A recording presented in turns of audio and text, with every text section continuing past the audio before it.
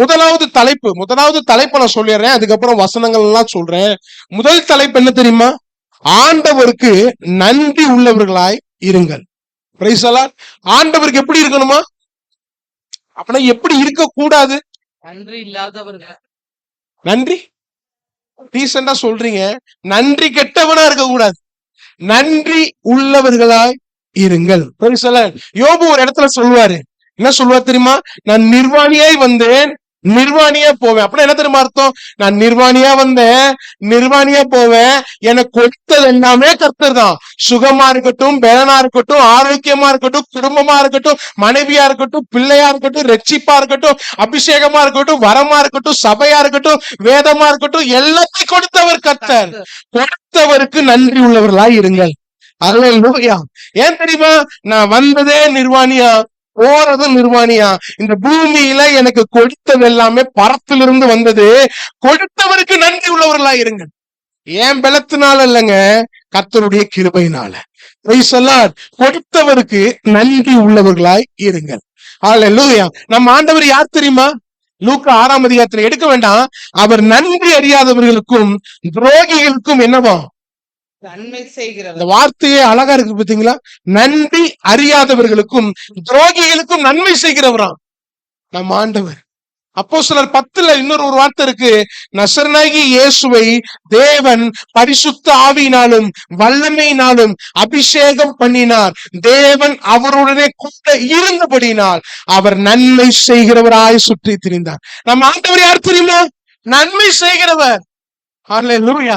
இரண்டாவது, அவர் நன்றி அறியாதவர்களுக்கும் துரோகிகளுக்கும் நன்மை செய்கிறவர். Praise the Lord. எனக்கு நன்மை செஞ்சாருங்கிறவங்க மாத்திரம் ஒரு ஆமென் சொல்லுங்களேன். என் வாழ்க்கையில தேவன் பாராட்டின கிருபை அதிகம், தயவு அதிகம், காருண்யம் அதிகம். நிற்கிறோம் என்றால் தேவ பலத்தினால. Praise the Lord. ஆண்டவருக்கு நன்றி உள்ளவர்களாய் இருங்க. ஒரு சம்பவத்தை சொல்லிட்டு, பைபிள்ல உள்ள இன்சிடென்ட் தான். லூக்கா 17ஆம் அதிகாரத்துல நான் சொல்லுகிற வசனத்தை மட்டும் வாசிங்க. 10 குஷ்டரோகிகள் இருந்தாங்க. எத்தனை பேரு? 10. நிறைய கேள்வி கேட்பேன், நீங்க பதில் சொல்லணும். 10 குஷ்டரோகிகள் இருந்தாங்க. சரிங்களா? 10 குஷ்டரோகிகளும் எங்க வந்து நின்னாங்க?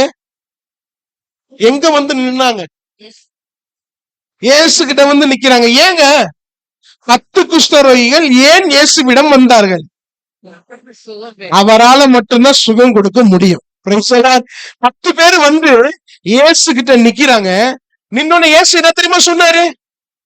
நீ போய் ஆசாரியன்ட்ட உன்னை காண்பி. போகும்போது என்ன ஆயிடுச்சு? இப்ப நான் ஒரு கேள்வி கேட்கிறேன், ஏன் ஆசாரியன் காண்பிக்க சொன்னார்? ஏன் தெரியுமா? ஆசாரியன் பார்த்து சொன்னாதான் சமுதாயத்துல அவர்கள் இணைக்கப்பட முடியும். மருத்துவர்கள் சொன்னா வேலைக்கு ஆகாது. யார் சொல்லணும்? ஆசாரியர் பார்த்து சொல்லணும். அதனால போற வேலையில சுகமாயிட்டாங்க. அதுல ஒருத்தன் திரும்பி வரான். ஒரு வசனத்தை வாசிங்களேன்.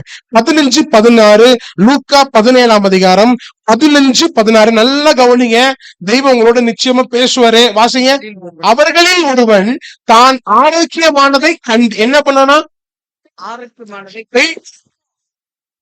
கைய பாக்குறாங்க. ஆரோக்கியமானதை கண்டு திரும்பி வந்து தேவனை மகிமை. நான் ஒரு கேள்வி கேட்கிறேன், பதில் சொல்லுங்க.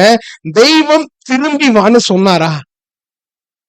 திரும்பி வான்னு சொல்லல. நீ ஏன் வந்த? தெய்வம் குஷ்டரோகிகிட்ட என்ன சொன்னாரு? ஆசாரியன்ட்ட போய் காண்பிங்கன்னு சொன்னாரு. ஒரே வார்த்தை தானே சொன்னாரு. திரும்பி வான்னு சொன்னாரா? வரலையே.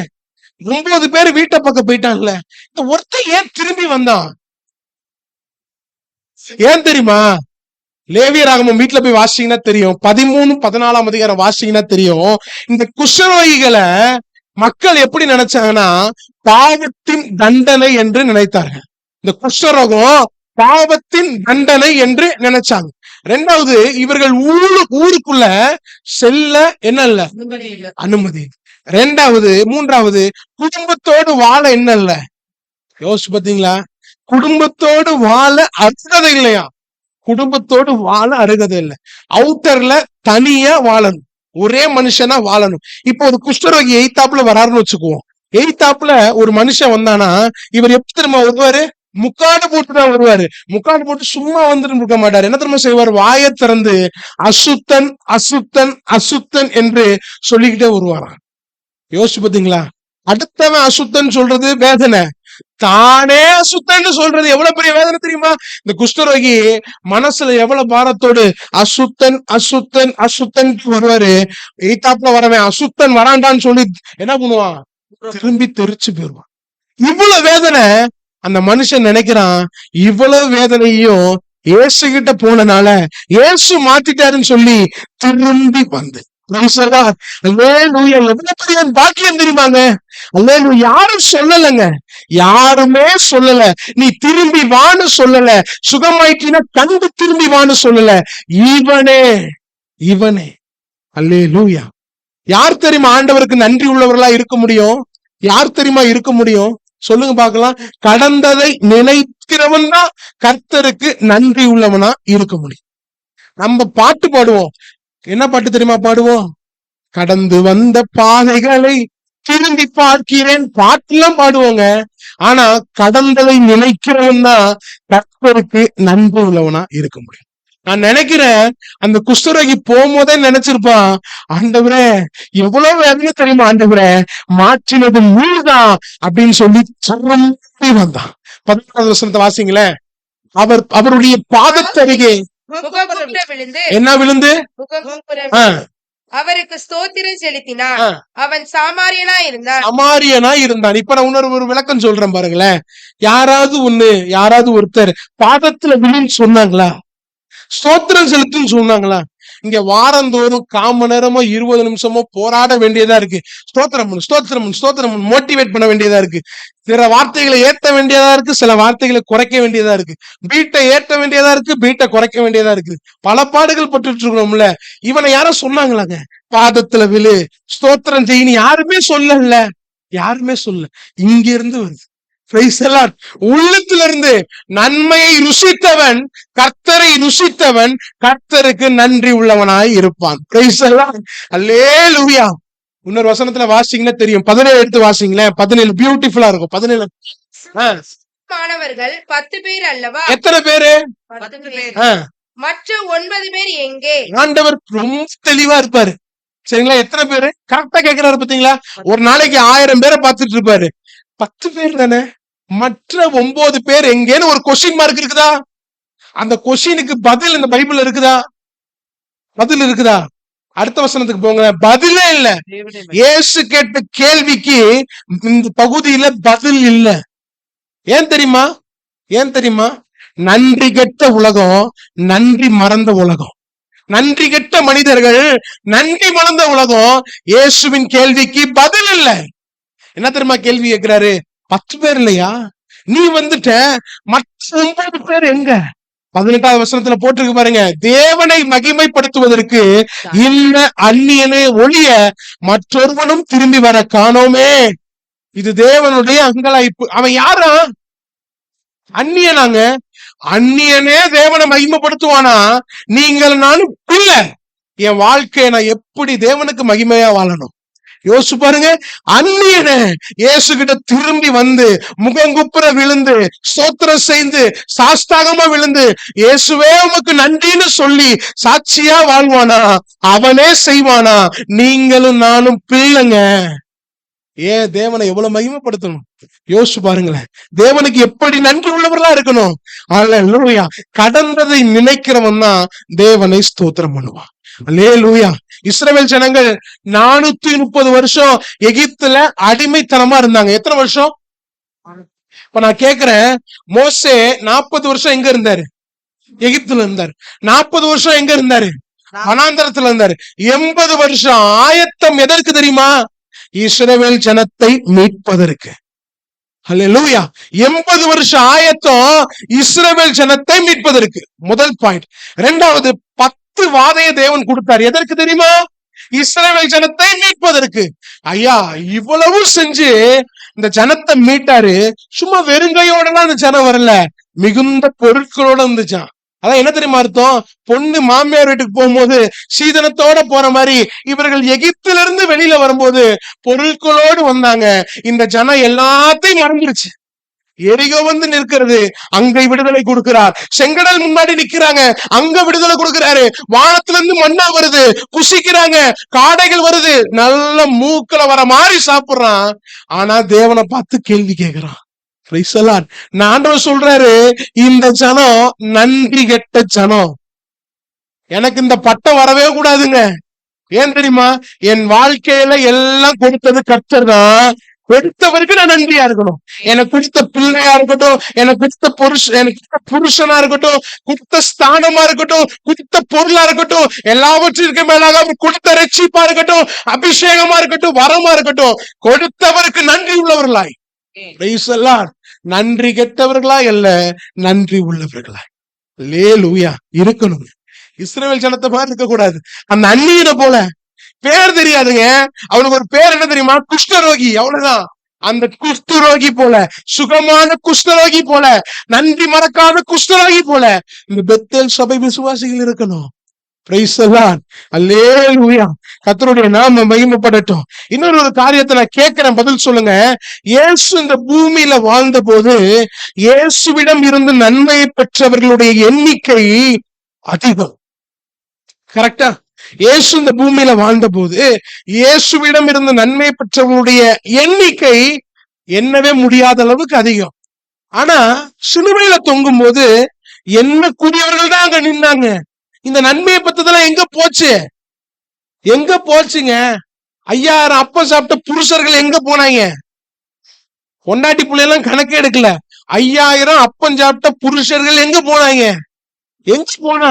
இயேசு சிலுவையில தொங்கும் போது இயேசுவின் தாய் மரியாள், மற்ற மரியாள், மக்தலேனா மரியாள், யோவான், இவர்களை தவிர யாருமே இல்லையேங்க. எங்கெங்க போனா? ஆனா இவர்களுக்கு நன்மை செய்யும் போதே இயேசுவுக்கு தெரியும், இவன் எல்லாம் விட்டுட்டு போயிருவான். அதனாலதான் வேதம் சொல்லுது, அவர் நன்றி அறியாதவர்களுக்கும் துரோகிகளுக்கும் நன்மை செய்கிறவர். ஒண்ணு மாத்திரம் உங்கள்ட்ட அன்பா கேட்டுக்கிறேன், தெய்வம் உங்களுடைய வாழ்க்கையில, உங்களுடைய பிள்ளையோட வாழ்க்கையில தெய்வம் நன்மை செய்யலனா இந்த நேரம் நீங்களும் இல்ல, உங்க பிள்ளையும் இல்ல. அட்லீஸ்ட் தேவனுக்கு நன்றி கெட்டவர்களால் கட்டாயமா இருக்காதீங்க. அல்லேலூயா. அவருடைய மனசு எவ்வளவு வேதனைப்படும் தெரியுமா? 9 பேர் இல்லைன்னு அவர் பட்ட கவலையை காட்டிலும் அந்த ஒருத்தன் வந்ததை நினைச்சு சந்தோஷப்படுறது அதிகம். பிரைஸ் தி லார்ட், அல்லேலூயா. இங்க வாசிக்கிறோம் 12 சீஷர்கள். அந்த 12 சீஷர்கள்ல இன்னர் சர்க்கிள் சீஷர்கள் இருந்தாங்க. அப்படின்னு என்ன தெரியுமா அர்த்தம்? இன்னர் சர்க்கிள்னா இயேசுவை சுற்றி இருந்த சீஷர்கள். அவங்க யார் தெரியுமா? பேதுரு, யாக்கோபு, யோவான். இந்த 3 பேர் இருந்தாங்க. இந்த 3 பேருக்கும் நிறைய நன்மைகள் பைபிள்ல இருக்கு. ஏன் தெரியுமா? மறுரூப மலையில யாரு இருந்தா தெரியுமா? இந்த 3 பேர் தான். எவிருவின் மகள் இறந்த போது அந்த இடத்துல யார் இருந்தா தெரியுமா? இந்த 3 பேர் தான். கெத்செமனே தோட்டத்துல கூட வந்து ஆறுதலுக்கு இயேசு யார் தெரியுமா கூட்டு போனாரு? இந்த 3 பேர் தான். யோவானை தவிர பேதுருவும் யாக்கோபும் எங்க போனாரு?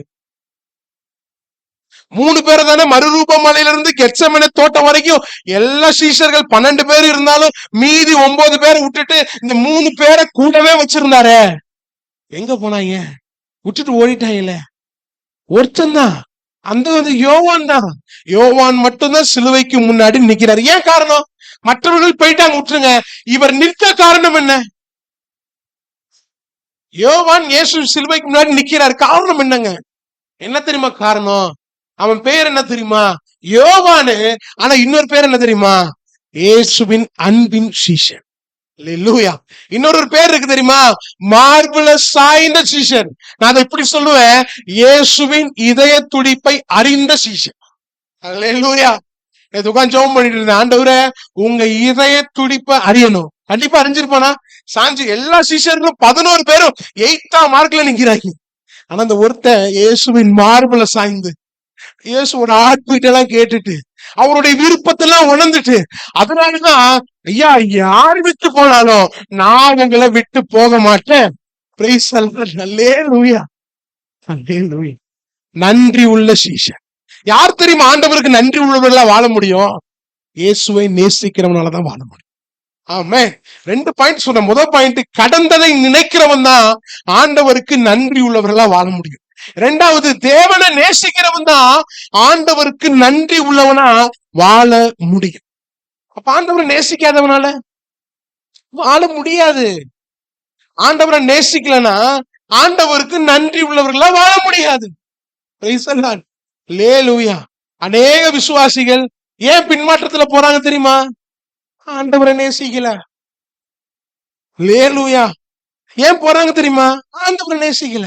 ஆண்டவரை நேசிச்சா, ஆண்டவரை யார் போனாலும் யாக்கோப போல நீர் என்னை ஆசீர்வதித்தால் ஒழிய உம்மை விடவே மாட்டேன். Praise the Lord. உங்களை விடவே மாட்டேன் ஆண்டவரே. யோபுவ போல நீர் என்னை ஆசீர்வதித்தாலும் ஆசீர்வதிக்காமல் இருந்தாலும் நான் உம்மை முறுமுறுக்கவே மாட்டேன் என்று சொல்லி உறுதியாய் சொன்ன யோபுவை போல வாழ்க்கை மாறுங்க. கர்த்தர் கொடுத்தார், கர்த்தர் எடுத்தார். கர்த்தருடைய நாமத்துக்கு ஸ்தோத்திரம். கர்த்தருக்கு நன்றி உள்ளவனாய் வாழ. இன்னொரு அம்மா இயேசுவின் சிலுவைக்கு முன்னாடி நின்னாங்க. யார் தெரியுமா? மகதலேனா மரியாள். இப்ப நான் ஒரு கேள்வி கேட்கிறேன். இந்த யோவான் கூட 3 வருஷம் கூட வாழ்ந்தாருன்னு வச்சுக்கோ. 3 வருஷம் கூட வாழ்ந்துட்டாரு. இயேசுவின் தாய் நிக்கிறாங்கன்னா ஒரு அர்த்தம் உண்டு. இயேசுவை பெற்றெடுக்கிற பாக்கியம் அவர்களுக்கு கிடைத்தது. இந்த மகதலேனா மரியாள் யாருங்க? இந்த அம்மா ஏங்க வந்து நிக்கிது வீட்டெல்லாம் விட்டுட்டு? ஏன் தெரியுமா? லூக்கா 8:2 வாசிக்கிறோம். 7 பிசாசு நீங்கின மகதலேனா மரியாள். 7 பிசாசு இருந்துச்சு அந்த அம்மாட்ட. யார் தெரியுமா நீக்குனா? இயேசு இந்த அம்மாக்கு விடுதலை கொடுத்தாரு. விடுதலை நாயகனை நம்ம பிடிச்சுக்கிச்சு. Praise the Lord. அப்ப பிடிச்சதுதான் விடவே இல்ல. இயேசு இறந்துட்டாரு. வாரத்துல முதலாம் நாள் அதிக இருட்டோட விடிய கால எழுந்து எங்க தெரியுமா போகுது? இந்த அம்மா கல்லறைக்கு போகுது. எங்க போகுது? கல்லறைக்கு போகுது. யோசிச்சு பாருங்க, எத்தனை மணி தெரியுமா இருக்குமா? ஆக்சுவலா அங்க வேத பண்டிதர்கள் சொல்றாங்க எத்தனை மணி இருக்கும்னா 3 மணி இருக்குமா. 3 மணிக்கு இந்த அம்மா எங்க போகுது? கல்லறைக்கு போகுது. இயேசுவை பார்த்த. ஏன் தெரியுமா? இயேசு செய்த நன்மைய அந்த அம்மா உணர்ந்தனால. ஐயா 7 பிசாசு என்கிட்ட இருந்துச்சுங்க ஐயா. ஒரு பிசாசு இருந்தாலே ஆட்டி போடும். 7 பிசாசு எந்த அளவுக்கு அலக்களிச்சிருக்கும் இந்த அம்மாவை. இந்த அலக்களிக்கப்பட்ட என் வாழ்க்கையை அழைத்தவரை நான் கைவிடவே மாட்டேன். Praise the Lord. அந்த அம்மா போய் கல்லறையிட்ட நின்னுச்சுங்க. இயேசுவை காணோம். என்ன தெரியுமா நடந்துச்சு? யோவான் 20ஆம் அதிகாரம் எடுத்துக்கங்க, பியூட்டிஃபுல்லா இருக்கும். 14 இருந்து 16 வரைக்கும் வாசிங்களேன். யோவான் 20ஆம் அதிகாரம் 14 இருந்து 16 வரைக்கும் வாசிக்க கேட்கலாம். இவைகளை சொல்லி பின்பாக திரும்பி இயேசு நிற்கிறதை கண்டாள். என்ன பண்றாங்க? இயேசு நிற்கிறதை கண்டாள். ஆனாலும் அவரை இயேசு என்று அறியாதிருந்தார். இயேசு தெரியல. ஏன்னா இயேசு மகிமையின் சரீரத்தில் இருக்கிறார், தெரியல. இயேசு அவளை பார்த்து, ஸ்திரீயே ஏன் அழுகிறாய்? கான்வர்சேஷன் ரொம்ப அழகா இருக்கும். அக்கா வாசிக்கும் போது கேளுங்க. ஸ்திரீயே ஏன் அழுகிறாய்? அப்ப நம்ம எதுக்கு தெரியுமா அழுவுது? இயேசுவை காணோம். ஏங்க 3 மணிக்கு அந்த அம்மா சென்ட தூக்கிட்டு வருது தெரியுமா? எங்க 3 மணிக்கு கடை திறந்துருக்குமாங்க? முத நாளே வாங்கி ஆயத்தத்தோடு ஆத்துமனேஸ்வரை சந்திக்க வந்த தாய் ஹல்லேலூயா வந்து அழுவுதுங்க. ஏன் தெரியுமா? ஆராதிக்கும் போது நமக்கு கண்ணுல ஒரு டிராப் தண்ணி வருதா? அந்த இது ஜெபம் ஆண்டவரே ஒரு டிராப் கண்ணி வராம நான் ஆராதிச்சேனா என் ஆராதனையில உண்மையே இல்லை ஆண்டவரே. இந்த அம்மா அழுவுது. ஏன் தெரியுமா? கல்லறையில இயேசுவை காணுங்க. எங்க இயேசு தெரியலையே, அழுவுது. உடனே இயேசு சொல்றாரு, யாரம்மா தேடுற? ஏமா அழுவுற? வாசிங்களேன். யாரை தேடுகிறாய் என்றார். அவள் அவரை தோட்டக்காரன் என்று எண்ணி என்ன நினைச்சிட்டாங்க? நான் நினைக்கிறேன் அப்ப கூட தெய்வம் தாழ்மை உள்ளவரா தெரிகிறாரு பாருங்க. பூமியில வாழும் போதும் தாழ்மை உள்ளவரா. அல்லேலூயா. மனுஷகுமாரனுக்கு தலை சாய்க்க இடம் இல்ல. இங்க மகிமையின் சரீரத்துல இருக்கும் போது யாரா தெரிகிறாரு? தோட்டக்காரனா. நம்ம நினைப்போம் பிரகாசமா இருந்தா ராஜா மாதிரியா தெரிஞ்சிருக்கணும்ல. தோட்டக்காரனையா நீனு அப்படின்னு கேக்குறது அம்மா. தாழ்மை உள்ள தெய்வம். வாசிங்க. ஐயா அவரை எடுத்துக்கொண்டு போனதுண்டானால் அவரை வைத்த இடத்தை எனக்கு சொல்லும். ஐயா நீங்க எங்கேயோ எடுத்து போயிட்டீங்களா? கொஞ்சம் அவர் வச்ச இடத்த சொல்லுங்க. நான் போய் அவரை எடுத்துக்கொள்ளுவேன். என்ன சொல்லுது பத்தியா? நான் போய் அவரை எடுத்துக்கொள்ள. நான் ஒரே அந்த அம்மாவை பார்த்தா ஒரு கேள்வி கேட்கணும். அவரை எடுத்துக்கொண்டு நீ என்னமா பண்ண போற? நான் போய் அவரை எடுத்துக்கொள்வேன். வாசிங்க அடுத்து. இயேசு அவளை நோக்கி மரியாளே என்றார். அவள் திரும்பி பார்த்து ரபூனி என்றார். கான்வர்சேஷன் நடந்துகிட்டே இருக்கும் போது தெய்வம் என்ன தெரியுமா சொல்றாரு? மரியாளே. அந்த அம்மா என்ன தெரியுமா சொல்லுது? ரபூனி அப்படிங்குது. அப்படியே நான் யோசிக்கிறேங்க, மரியாளேன்னு ஒரு வார்த்தை தானே சொல்றாரு. இது வரைக்கும் அவர் இயேசுன்னு தெரியல, அவருடைய குரல் புரியல, எதுவுமே புரியல. ஆனா மரியாளேன்னு சொல்லும் போது ரபூனின்னு சொல்ல காரணம் என்ன தெரியுமா? காரணம் என்ன தெரியுமா? என்ன உரிமையோடு அழைக்க, அன்போடு அழைக்க, அரவணைத்து அழைக்க இயேசு மாத்திரம் தான் உண்டு. அல்லேலூயா. மரியாளே, ரபுனி, போதகரே, முதல் இயேசு தரிசனமானது யாருக்கு தெரியுமா? பேதுருவுக்கு இல்ல, மார்புல சாய்ந்த யோவானுக்கு இல்ல, இயேசுவை பெற்றெடுத்த ஆண்டவரே, அடிமை ஆண்டவரேன்னு சொன்ன தாய்க்கு இல்ல, நன்றி உள்ளவளாய் வாழ்ந்த மகதலேனா மரியாளுக்கு. Praise the Lord. ஆண்டவருக்கு நன்றி உள்ளவனா வாழும்போது கர்த்தர் என்னை கனப்படுத்துவார். Praise the Lord. அந்த ஒரு குஷ்டரோகியை தெய்வம் கனப்படுத்திதான் இருப்பார். உன்னை எங்கெல்லாம் அந்த குஷ்டரோகியை பத்தி பேசும் போதெல்லாம் தெய்வம் கனப்படுத்திட்டு இருக்கிறார் பாருங்க. இந்த அந்நியனை ஒழிய தேவனை மகிமைப்படுத்துவதற்கு வேறொருவனை காணமே, கனப்படுத்துறாரு பாருங்க. நான் ஆண்டவருக்கு நன்றியோடு வாழ்ந்தனா தெய்வம் என்னையும் என் குடும்பத்தையும் அவர் நிச்சயம் கனப்படுத்துவார். அல்லேலூயா. நேத்து ஒரு புறஜாதி மனுஷன் நான் பேசிட்டு இருந்தேன். அவர் பேசிட்டு இருக்கும்போது கொஞ்ச நேரம் மனசு விட்டு பேசிட்டு இருந்தாரு என்கிட்ட. அப்ப பேசும்போது கல்லூரியில அவர் ஒரு காரியம் சொன்னாரு.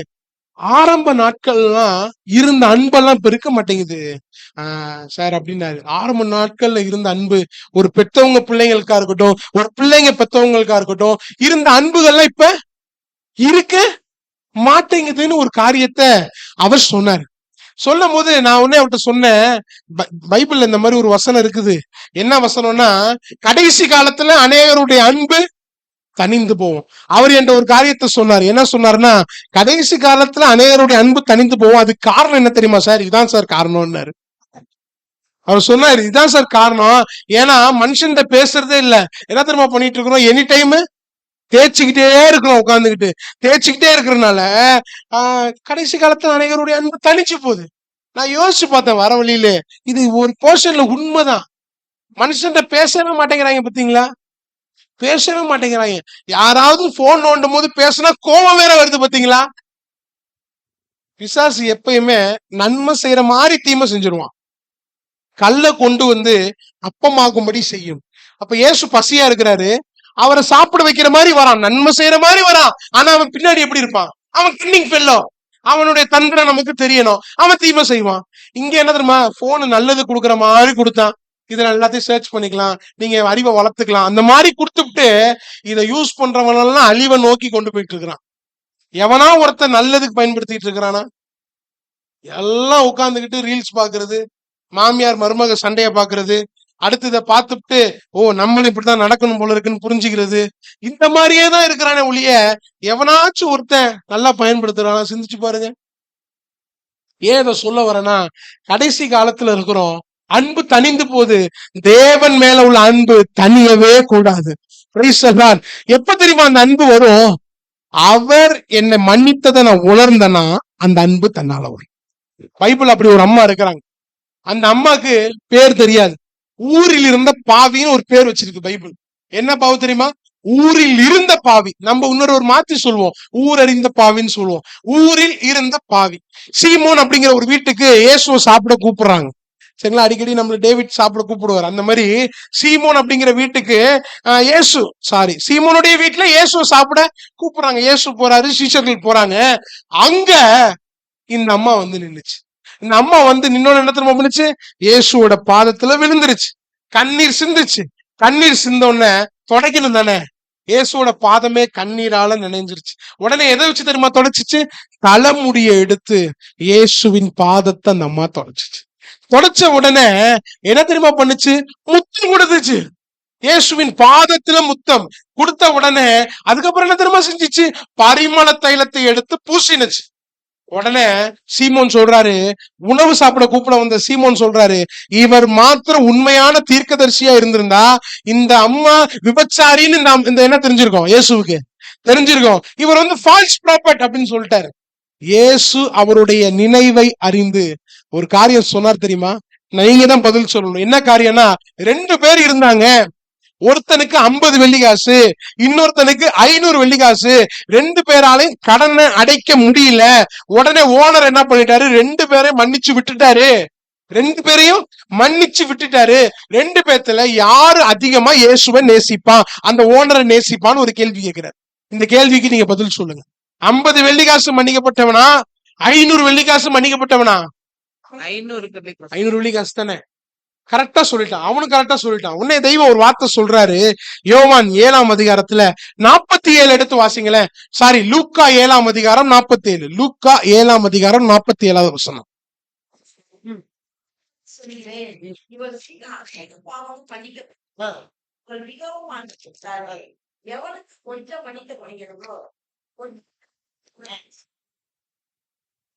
எவ்வளவு அழகா சொல்றாரு பாருங்க. இவள் செய்த, அந்த வசனத்தை போடுங்கயா, 47. இவள் செய்த அநேக பாவங்கள் மன்னிக்கப்பட்டது, இவள் மிகவும் அன்பு கூர்ந்தாள். அந்த அன்புக்கு ரீசன் என்ன தெரியுமா? பாவத்தையே சுமன்னித்தார், அதை உணர்ந்தாள். இன்னைக்கு பெரிய சாபக்கேடு என்ன தெரியுமா? விசுவாசிங்க பாவத்தை உணர்றதே இல்ல, இயேசு மன்னித்ததை உணர்றதே இல்ல. அதனாலதான் அன்பு வரவே மாட்டேங்குது. என்னை மீட்பதற்காக தெய்வம் பாராட்டின தயவு என்ன தெரியுமா? தன்னையே கொடுத்தார் தெய்வம். இத உணர்றதில்ல. இத உணராதனால இயேசுவை நேசிக்கிறது இல்ல. இயேசுவை நேசிக்கலன்னா நன்றி உள்ளவனாய் வாழ முடியாது. நன்றி உள்ளவனாய் வாழ முடியும். இன்னொரு ஒரு காரியத்தை சொல்லிட்டு போறேன். நன்றி கெட்ட ஜனமாய் நாம் ஒருபோதும் இருக்க கூடாது. காமனத்துல நம்முடைய செய்தியை முடிப்போம். இன்னொரு ஒரு தலைப்பு, நம்முடைய மனதிலே நாம் நினைக்க வேண்டிய ஒரு காரியம் என்ன தெரியுமா? ஃபர்ஸ்ட், நான் ஆண்டவருக்கு நன்றி உள்ளவனா இருக்கணும். 2வது, என்னன்னா நிதானிச்சு பார்க்கணும். என்னது? என்னன்னா சேர்ந்து சொல்லுங்களேன். என்னன்னா அடுத்தவனை நிதானிக்கிறது ஏன் வேலை இல்ல. அடுத்தவனை நிதானிக்கிறது ஏன் வேலை இல்ல, என்னன்னா நிதானிச்சு பார்க்கணும். பிசாசு இதையும் திருப்பி விட்டுட்டான். என்ன தெரியுமா? தன் பிள்ளைகளை உணர்கிறவன் யாருன்னு தான் பைபிள்ல இருக்கு. ஆனா இன்னைக்கு விசுவாசிகள் என்ன தெரியுமா பண்ணிட்டு இருக்கிறாங்க? அடுத்தவர்களுடைய பிள்ளைகளை உணர்ந்துட்டு இருக்கிறாங்க. அடுத்தவர்களுடைய பிள்ளைகளை இதெல்லாம் துதிக்குது, இதெல்லாம் ஜெபிக்குது, இதெல்லாம் ஆராதிக்குது, இதெல்லாம் பாடுது, இதெல்லாம் தாவுது அப்படின்னு சொல்லி அடுத்தவங்களுடைய பிள்ளைகளை. ஒரு மாநாட்டுல, பெரிய மாநாடுங்க, குழந்தைகளெல்லாம் அப்புறம் பாத்துக்கலாம். பவுல் பிரசங்கம் எடுக்கும் போது இந்த மாதிரி நிறைய சில்லுவண்டெல்லாம் சுத்திட்டு தான் இருந்திருக்கும். ஆனா லீதியாளுடைய உள்ளத்தை தெய்வம் திறந்துட்டாரு. மீதி உள்ள அம்மாங்கெல்லாம் குழந்தைய பார்த்துட்டு இருந்தாங்களா, என்ன பண்ணாங்கன்னு தெரியல. அந்த லீதியால் மாத்திரம் வார்த்தையை கவனிச்சுட்டு இருந்தா அந்த உள்ளத்தை திறந்தாரு, வார்த்தையினால நிரப்பிட்டாரு. அதனால இந்த குழந்தையெல்லாம் பார்க்காம விட்டுவிட்டு வார்த்தையை கவனிச்சீங்கன்னா உங்களை நிரப்பிதான் தெய்வம் அனுப்புவார். அது பாட்டு ஒரு சைடு இருந்துட்டு தான் இருக்கும். பிரைஸ் எல்லாம். இப்ப நல்லா கவனிங்க. எங்க விட்டேன்? யாராச்சும் என்ன பிடிக்கிறீங்களான்னு பாப்போம். சொல்லுங்க டேவிட், எங்க விட்டுட்டேன் நானு? மாநாட்டுல திரள் கூட்டம் இருந்ததுங்க. அந்த திரள் கூட்டத்துல, இது ஏற்கனவே நான் சொல்லியிருக்கிறேன், உங்களுக்கு தெரியும். அங்க எல்லாம் வெள்ளையா வந்துட்டான். ஏன்னா காசு கொடுக்கற காசுக்கு என்ன போட்டு வர சொல்றாங்களோ அந்த மாதிரி வர வேண்டியதானே. எல்லாம் ஒயிட் ஷர்ட்ல வந்துட்டான். ஒயிட் ஷர்ட்ல இருக்கும் போது ஒருத்தனுடைய சட்டையில பயங்கரமா இங்கு ஸ்ப்ரே ஆயிருச்சு. இங்கு ஸ்ப்ரே ஆனோடனே பின்னாடி உள்ளவன் கிண்டல் பண்ணிட்டே இருந்தான். அவன் உட்காந்துக்கிட்டு, பாரு ஒயிட் சட்டையில இங்கு ஸ்ப்ரே ஆயிட்டு இருக்குது, என்ன இப்படி வந்திருக்கிறான்னு சொல்லி கிண்டல் பண்ணிட்டு இருந்தான். இவனுக்கு பின்னாடி ஒரு ஊரே சிரிச்சிட்டு இருக்கு. ஏன் தெரியுமா? ஆணி மாட்டி சட்டை டார்னு கிழிஞ்சு தொங்குது. இவன் சட்டை ஊரே சிரிச்சிட்டு இருந்துச்சு. அப்பதான் ஒருத்தர் சொன்னாரு, தான் முதுகுல இருக்கிறத பார்க்க தெரியல. நான் டீசெண்டா நீங்க சொல்றீங்க. அவர் எப்படி திரும்ப சொல்றாரு? தான் முதுகுல இருக்கிறத பார்க்க இல்ல, மத்தவன் என்ன பண்ணிட்டு இருக்கிறான்? பார்த்துட்டு இருக்கான். தன்னுடைய கண்ணுல இருக்கிற பீம உணராம அடுத்தவன் கண்ணுல இருக்கிற துரும்ப நான் எடுத்து போடட்டுமா? அது உங்க பார்வையை கெடுத்துரும் நினைக்கிறேன். நான் வேணா ஊதட்டுமா, ஒத்தனம் கொடுக்கட்டுமா? ஒன்னும் கொடுக்க வேண்டாம், நம்ம பீம முத பார்ப்போம். தன் பிள்ளைகளை உணர்கிறவன். எங்கேயும் ஒரு கேள்வியை தெய்வம் கேட்கிறாரு. அந்த கேள்விக்கு பதில் சொல்லுங்களேன். தன் பிள்ளைகளை உணர்கிறவன் யாருன்னு தெய்வம் கேட்ட கேள்வி. அந்த கேள்விக்கு பதில் யார் சொல்லணும்? நான் தான் சொல்லணும். என்ன பதில் தெரியுமா சொல்லணும்? நான் இருக்கிறேன் ஆண்டவரேன்னு சொல்லணும். என் பிள்ளைய உணர நான் இருக்கிறேன். வருடத்துடைய கடைசி நாட்கள் இருக்கிறோம். ஏறக்குறைய 362 நாள் நம்ம கடந்துட்டோம். இன்னமும் என் பிள்ளைய உணராம நான் 2026ஆம் ஆண்டுக்கு போய் என்னதான் பண்ண போறேன்? 25 ஒண்ணும் செய்யல, 26 போய் என்ன பண்ண போறேன்? தன் பிள்ளையை உணர்கிறவன். தன் பிள்ளையை உணர்கிறவன் யார்? யோசிக்கணுங்க, நிதானிக்கணுங்க. நான் யோசிக்கிறேன், தாவீது தன் பிள்ளைய உணர்ந்துட்டான். உணர்ந்தானா இல்லையா? உணர்ந்து விட்டுருக்கலாம்ல. 51 சங்கீதம் எழுதி வச்சிட்டாரு தெரியுமா? ஏய்யா நீ உணர்ந்துட்டயா, உற்ற வேண்டியதானே. பாட்டா பாடிட்டாரு, ஆண்டவர் என்ன மன்னிச்சுட்டாரு, நான் பச்சை பால்ட்ட தப்பு பண்ணிட்டேன், உரியாவை கொலை பண்ணிட்டேன், என்ன மன்னிச்சுட்டாரு, எழுதி வச்சுட்டாருங்க. தாவீது இறந்து போயிட்டான். இந்த உலகம் அழிகிற வரைக்கும் 51 சங்கீதம் பைபிள்ல தான் இருக்குது. படிக்கிறவனா எப்படி பார்த்துட்டு இருக்கிறான் தாவீத. உரியாவை கொலை பண்ணியா, பத்சேபாளோட தப்பு பண்ணியா பார்த்துட்டு இருக்கிறான் பாத்தீங்களா. இருதயத்துக்கு ஏற்றவனா இருந்தாலும் தெய்வம் அந்த தப்ப மறக்கல பாத்தீங்களா, மறைக்கல பாத்தீங்களா, எழுதி வச்சுட்டாரு பாத்தீங்களா. நான் ஒண்ணு யோசிச்சு பாக்குறேன். அல்லேலூயா. இருதயத்துக்கு ஏற்றவனா இருந்தாலும் தெய்வம் யாரா இருந்தாலும் தப்புனா தப்புதான், சரினா சரிதான். தப்புனா தப்புதான், சரினா சரிதான். எழுதி வச்சுட்டாருங்க. அதனாலதான் அடிக்கடி சொல்லுவோம், உள்ளதை உள்ளதென்றும் இல்லதை இல்லதென்றும் சொன்ன ஒரே புத்தகம் என்ன தெரியுமா? வேத புத்தகம் மட்டும்தான். வேத புத்தகம். ஏன் தெரியுமா? இது மனிதனால எழுதப்பட்டதல்ல, ஆவியானவர் எழுதினது. இத வாசிங்கன்னா உங்க வாழ்க்கையில நித்திய ஜீவன் உண்டாகும். இதை வாசிங்கன்னா உங்க வாழ்க்கை மாறும். அல்லேலூயா. ஃபர்ஸ்ட் வேதத்தை தூக்கணும், ரெண்டாவது வாசிக்கணும். ரெகுலர் ரீடிங், பைபிள் ரீடிங் இருந்துச்சுன்னா நிச்சயமா உங்கள் வாழ்க்கை மாறும். Praise the Lord. வேதத்தை தூக்காம ஆசீர்வாதம் வராதுங்க, வராதுங்க, வராதுங்க. வேதத்தை வாசிக்காம நான் பரலோகம் போக முடியாதுங்க, முடியாதுங்க. Praise the Lord. ரொம்ப முக்கியம், ரொம்ப முக்கியம். ஒரு காரியத்தை வாசிக்கலாமா? 1 ராஜாக்கள் 11ஆம் அதிகாரம் 4வது வசனத்துல ஒரு நேர்த்தியான வசனம், சாலமோனை பற்றி படிக்கிறோம். அந்த வசனத்தை எடுங்களேன், போடுங்களேன். 1 ராஜாக்கள் 11:4. சாலமோன் வயது சென்ற போது அவனுடைய மனைவிகள் அவன் இருதயத்தை அந்நிய தேவர்கள் பின்பற்றும்படி சாய பண்ணினார்கள். அதனால் அவனுடைய இருதயம் அவன் தகப்பனாகிய தாவீதின் இருதயத்தை போல தன் தேவனாகிய கர்த்தரோடே உத்தமமாய் இருக்கவில்லை. என்னையே இங்க ஒரு வார்த்தை கவர்ந்தது. இந்த வசனத்துல ஒரு வார்த்தை நான் பார்க்கும்போது என்னை கவர்ந்து இழுக்குது. உங்களை ஏதாச்சும் இழுக்குதா? அப்படி இருதயம் தன் தகப்பன் யாரா சொல்லுங்களேன், உங்களை கவர்ந்து இழுத்த வார்த்தை என்ன இந்த பகுதியில? அவனுடைய இருதயம் தன் தகப்பனுடைய இருதயத்தை போல தன் தேவன் கர்த்தரை உத்தமம். தாவீதின் இருதயத்தை போல சாலமோனுடைய இருதயம் இல்ல. ஏன் தெரியுமா? தாவீது தவறு செய்தானுங்க, தவறு செஞ்சான்.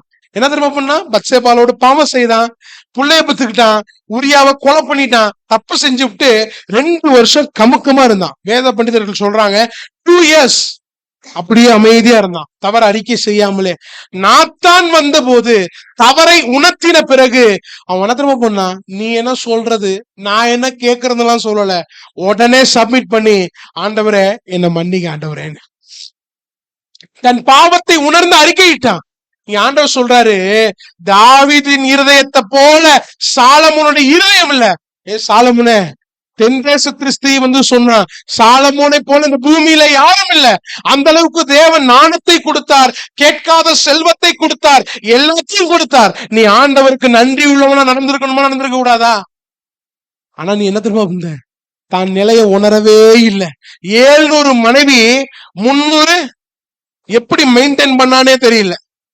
700 மனைவி 300 மறுமனையாட்டி ஏறக்குறைய 1000 எப்படி மெயின்டைன் பண்ணிட்டான்? ஒருவேளை அவன் இருந்திருந்தா கிளாஸ் தான் கேட்டிருக்கணும், எப்படியா how to handle, how to maintain.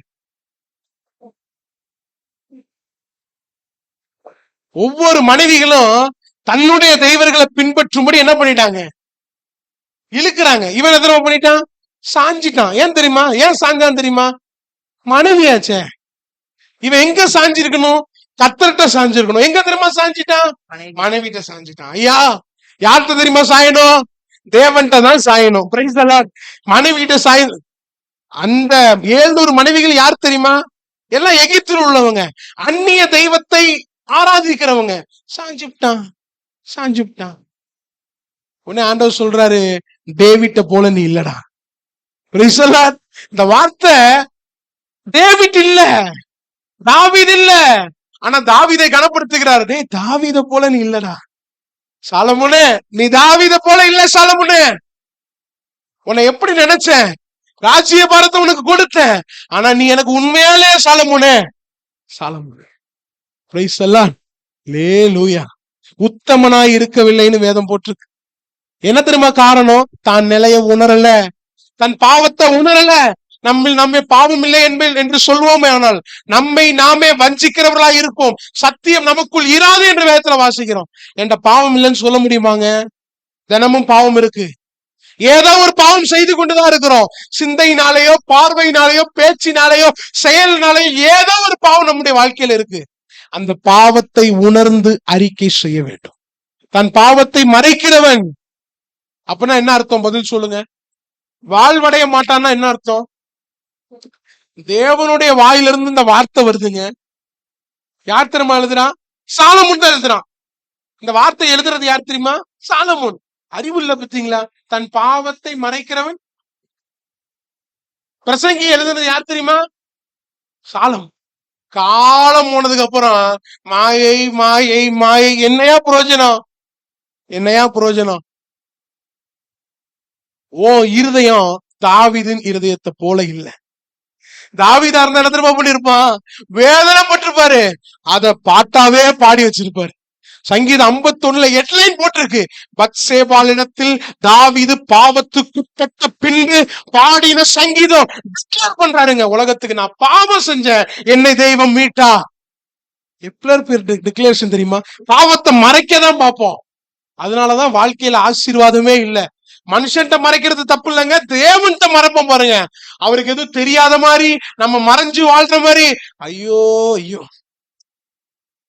அவர் தெரியாதா? அவருக்கு மறைஞ்சு எங்கேயாச்சும் வாழ முடியுமா? அமெரிக்கா போனாலும் தெய்வம் இருக்கிறார், அம்மிஞ்சுக்கரை போனாலும் அங்கே இருக்கிறார். பூமியில எங்க போனாலும் அவருக்கு மறைவா வாழவே முடியாது. தாழ்விடங்களிலும் தெய்வம் இருக்கிறார். நம்ம ஏதோ அவருக்கு தெரியாத மாதிரி மறைஞ்சு வாழ்ந்துகிட்டு. கர்த்தருடைய சமூகத்துக்கு போங்க. வருடத்துடைய கடைசி பகுதியில இருக்கிறீங்க. கர்த்தருடைய சமூகத்துக்கு போய் தெய்வம் உங்கள் தவறை உணர்த்துவார் என்றால் கண்ணை மூடிட்டு அதை கன்ஃபஸ் பண்ணுங்க. யாரோடையாவது ஒப்புரவாக சொன்னார்னா கண்ணை மூடிட்டு ஒப்புரவாங்க. கர்த்தருக்காக இழக்கிறவன் இழந்து போனாலும் 2 மடங்காய் தேவன் கொடுப்பார். நான் அடிக்கடி சொல்லுவேன், தாவீது தவறு செய்தான்னா, பிள்ளையை இழந்தான்னா, அந்த பிள்ளைக்காக பாஸ்டிங் எல்லாம் போட்டிருந்தான், பிள்ளையை இழந்துட்டான். அதுக்கப்புறம் அவன் வாழ்க்கையை பார்க்க போயிட்டான். ஆனா தேவன் இழந்ததை ஈடு செய்ய சாலமோனை கொடுத்தான். அவன் யார் தெரியுமா? சர்வ ஞானி. சாலமோன் அவ்வளவு பெரிய ஞானி. வியக்கிற மாதிரி வந்தாங்க எல்லாரும். இழந்து போயிட்டானுங்க எல்லாம். கொடுத்தவருக்கு நன்றியா வாழல. இருதயத்துல என்ன இல்ல? உணர்வு இல்ல. எனக்கு உணர்வை தாரும் என்று சொல்லி சங்கீதக்காரன் கேட்கிறார். என்னை உணர்வுள்ளவனாய் மாற்றும் என்று சங்கீதக்காரன் கேட்கிறார். நம்ம கேட்கிறோமா? ஒண்ணு மாத்திரம் தீர்மானம் பண்ணுங்க, அடுத்தவங்களுடைய பிழை பார்க்கிறதுக்கு நான் இல்ல. யாரும் பெர்ஃபெக்ட் இல்ல. No more perfect. யாருமே பெர்ஃபெக்ட் இல்ல. பிரசங்கம் எடுக்கிறதுனால நான் பெர்ஃபெக்டா கிடையாது. பெர்ஃபெக்ட் ஆவதற்கு எல்லாரும் முயற்சி தான் பண்ணிட்டு இருக்கிறோம். யாரும் பெர்ஃபெக்ட் இல்ல. அதனால நானும் பெர்ஃபெக்ட் இல்ல. அதையும் உணர்ந்து அடுத்தவர்களுடைய பிழையை பார்க்காதீர்கள். Praise the Lord. உங்களுடைய பிழையை பாருங்க. ஒரு சம்பவம், இது நீங்க கேள்விப்பட்டிருப்பீங்க, நானே நிறைய முறை சொல்லி இருக்கிறேன். ஆடும் பன்னியும் பாலத்து மேல நடந்து போச்சு. பாலம் கிராக் ஆயிருச்சு. எங்க விழுந்துருச்சு? கரெக்டா சொல்லுங்க பாக்கலாம். தெரிஞ்சவங்க சொல்லுங்க பாக்கலாம். ஆடும் பன்னியும் பாலத்துக்கு மேல நடந்து போச்சு. பாலம் கிராக் ஆயிருச்சு. இந்த ஆடும் பன்னி எங்க விழுந்துருச்சு? கீழே சாக்கடை, பாதாள சாக்கடை விழுந்துருச்சு. இந்த வடகநேரி மாதிரி ஞாபகம் வச்சுங்களேன், நடுவுல ஒண்ணு இருக்குதுல்ல, விழுந்துருச்சு. விழுந்த உடனே ஆடு வேகமா எழுந்து செவுத்துல போய் தேய்க்குது, உருளுது, மணல்ல உருளுது. ஆனா அந்த பன்னி என்ன தெரியுமா பண்ணுச்சு? அடிக்கிற வெயிலுக்கு இங்கதான்டா சுகமே இருக்குதுன்னு சொல்லிட்டு உள்ள இருந்து அப்படியே சுகமா, எவ்வளவு வாசம் இருக்குது, இந்த சென்டெல்லாம் எங்க இருந்து வருதுன்னு தெரியலையே அப்படின்னு சொல்லி பாட்டு பாட ஆரம்பிச்சிருச்சு. இந்த கதையை கேட்கும் போது என் மனசுல ஒண்ணு, டேய் நீ ஆடா பன்னியாடா? நான் ஆடா இருந்தா பாவத்துல நினைச்சு நிற்க மாட்டேன், பன்னியா இருந்தா பாவத்திலே வாழ்வேன். ஒரு விசுவாசிய தெய்வம் மந்தன்னு சொல்றாரு, ஆடுன்னு சொல்றாரு, மாளிகைன்னு சொல்றாரு. நாம ஆடா வாழ்றோமோ பன்னியா வாழ்றோமோ நம்ம கையில தான் இருக்கு. இந்த பன்னி எப்ப தெரியுமா மேல பார்க்கும்? சாவும் போதுதான் மேல, செத்ததுக்கு பிறகுதான். இவ்வளவு அழகா இருக்குதுடா, அது வரைக்கும் பூமியவே பார்த்து சுத்திட்டு இருக்கோம். நம்ம ஆடா மாறுவோமே இந்த புதிய வருஷத்திலேயாவது, லேலூயா, என் வாழ்க்கை மாறட்டும். என் தவறை உணர்ந்து அறிக்கை செய்கிறவனாய், அடுத்தவனை குற்றப்படுத்துவதற்கு நான் இல்ல, அடுத்தவர்களை நிதானிக்க நான் இல்ல, என்னை நிதானிக்க நான் இருக்கிறேன்.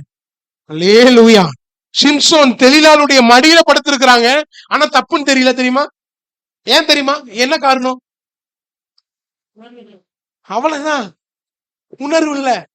மொட்டையை அடிச்சு விட்டுட்டா. நம்பால ஆவியானவர் தன்னோட இருக்கிறாருன்னு நினைச்சிட்டு வெளியில போய் நிக்கிறாரு. கண்ணு போச்சு, ஜோக்கர் ஆயிட்டான், பெலனா இழந்துட்டான், எல்லாத்தையும் இழந்துட்டான். சிம்சோனே, நீ எப்படிப்பட்டவனா வாழ வேண்டியவன், உன்னை தெய்வம் எதற்கு அழைத்தாரு? நீ ஆனா டம்மி பீஸ் மாதிரி கண்ணு போய் ஜோக்கராட்ட நின்னுட்டு இருக்கிறிய சிம்சோனே, எல்லாத்தையும் இழந்துட்டிய சிம்சோனே. நான் சிம்சோனை போல இல்ல, டேவிட்ட போலமா. தாவீதின் இருதயத்தை போல இல்ல, ஆமென், அந்த இருதயத்தை போல. கண்களை மூடி ஜெபம் பண்ணுவாமா? கண்களை மூடி ஜெபம் பண்ணலாம். நம்மை நாமே நிதானித்தறிந்தால் நாம் நியாயம் தீர்க்கப்படும் என்று வேதம் சொல்லுகிறது. ஆமென். பந்திக்கு முன்னாடி பந்தியில கலந்து கொள்ள போறோம். நம்மை நாமே நிதானித்து, நம்மை நாமே சோதித்து, என் வாழ்க்கை ஆண்டவருக்கு நன்றி உள்ளவனாய் நான் வாழ்கிறேனா, இல்ல நான் ஆண்டவருக்கு நன்றி உள்ளவனாய் இருக்கிறேனா, நன்றி கேட்டவனா இருக்கிறேனா? ஒரு நிமிஷம் எல்லாரும் எழுந்து நின்று, எல்லாரும் இருக்கிற இடத்துல எழுந்து நின்று சிந்தித்து ஜெபித்து விட்டு கர்த்தருடைய பந்திக்கு நாம் கடந்து போலாமா? நான் நன்றி உள்ளவனா இருக்கிறேனா, நன்றி கெட்டவனா இருக்கிறேனா? என்ன நான் உணர்றேனா? தன்னைத்தான் உணர்கிறவன், ஆமென், தன் பிழைகளை உணர்கிறவன் யார்? தன் பிழைகளை உணர்கிறவன் யார்? தாவீது ஜெபம் பண்றாரு, வேதனை உண்டாக்கும் வழி என்னிடத்தில் உண்டோ என்று அறிந்து நித்திய வழியில என்னை நடத்தும் ஆண்டவரே, என்ன சோதிச்சு பாருங்கப்பா, உங்களுக்கு பிரியமில்லாத ஏதாவது இருக்குதான்னு சொல்லி ஒரு ஆசை தாவீதுக்குள்ள இருந்துச்சு. ஆண்டவருக்கு பிரியமா வாழணும்னு ஒரு ஆசை. அல்லேலூயா.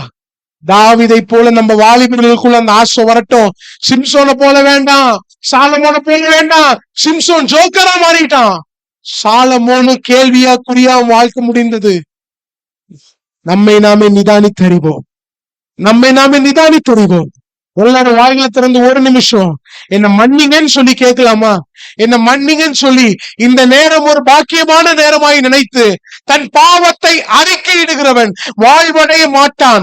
அதை அறிக்கை செய்து விட்டு விடுகிறவனுக்கோ இரக்கம் கிடைக்குமா? அந்த இரக்கம் யார் தெரியுமா? தெய்வம் கொடுப்பார், அந்த இரக்கத்தை கொடுப்பார். இரக்கத்தை பெற்றுக்கொள்ள எல்லாரும் பாவத்தை அறிக்கை செய்வோம். ஆண்டவரே, என் சிந்தையினால, என் பார்வையினால, என் பேச்சினால, என் சொல்லுனால நான் அநேகரை காயப்படுத்தி இருக்கலாம். தெய்வம் தயவாய் மன்னிப்பீராக, மன்னிப்பீராக, மன்னிப்பீராக. பந்திக்குள்ள கடந்து போக போறோம். ஆண்டவரே, எங்களை நாங்கள் நிதானித்து அனுசரிக்க தெய்வம் உதவி செய்யுங்க. இயேசுவின் மூலம் துதிக்கிறோம் நல்ல தகப்பனே, ஆமென். ஜெபித்து நிறைவு செய்யலாம். கிருபை உள்ள ஆண்டவரே, அப்பா உம்மை துதிக்கிறோம், நன்றி செலுத்துகிறோம். ஆண்டவரே, எங்களோடு பேசின வார்த்தைக்காக நன்றி செலுத்துகிறோம். எங்களை தொட்டீங்க ஆண்டவரே, உமக்கு கூடான கோடி நன்றி செலுத்துகிறோம். தொடர்ந்து உமக்கு பிரியமாய் வாழ எங்கள் ஒவ்வொருவருக்கும் தெய்வம் உணர்வை தரும்படி நாங்கள் ஜெபிக்கிறோம். ஆண்டவரே, எங்க மத்தியில வராத மக்களுக்காக ஜெபிக்கிறோம், சுகவீனத்தோடு இருக்கிற மக்களுக்காக ஜெபிக்கிறோம். தெய்வம் சுகப்படுத்தும்படி நாங்கள் ஜெபிக்கிறோம். திரும்பி நாங்கள் சந்திக்கும் வரை உங்க கிருபை, உங்க இரக்கம், உங்க தயவு எங்களை நடத்திட்டு ஆண்டவரே. ஆண்டவரை துதிக்கிறோம். ஆண்டவரே, இயேசுவின் மூலம் துதிக்கிறோம் நல்ல தகப்பனே. எல்லாரும் சேர்ந்து சொல்லுவோமா?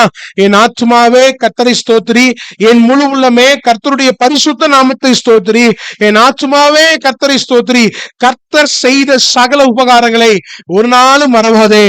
ஆமேன், ஆமேன், ஆமேன். பிதாவாகிய தேவனுடைய அன்பும் கர்த்தராகிய இயேசு கிறிஸ்துவினுடைய கிருபையும் சமாதானமும் பரிசுத்த ஆவியானவருடைய அந்யோன்ய ஐக்கியமும் என்றென்றைக்கும் உங்களோடும் என்னோடும் இருப்பதாக. ஆமேன், ஆமேன், ஆமேன்.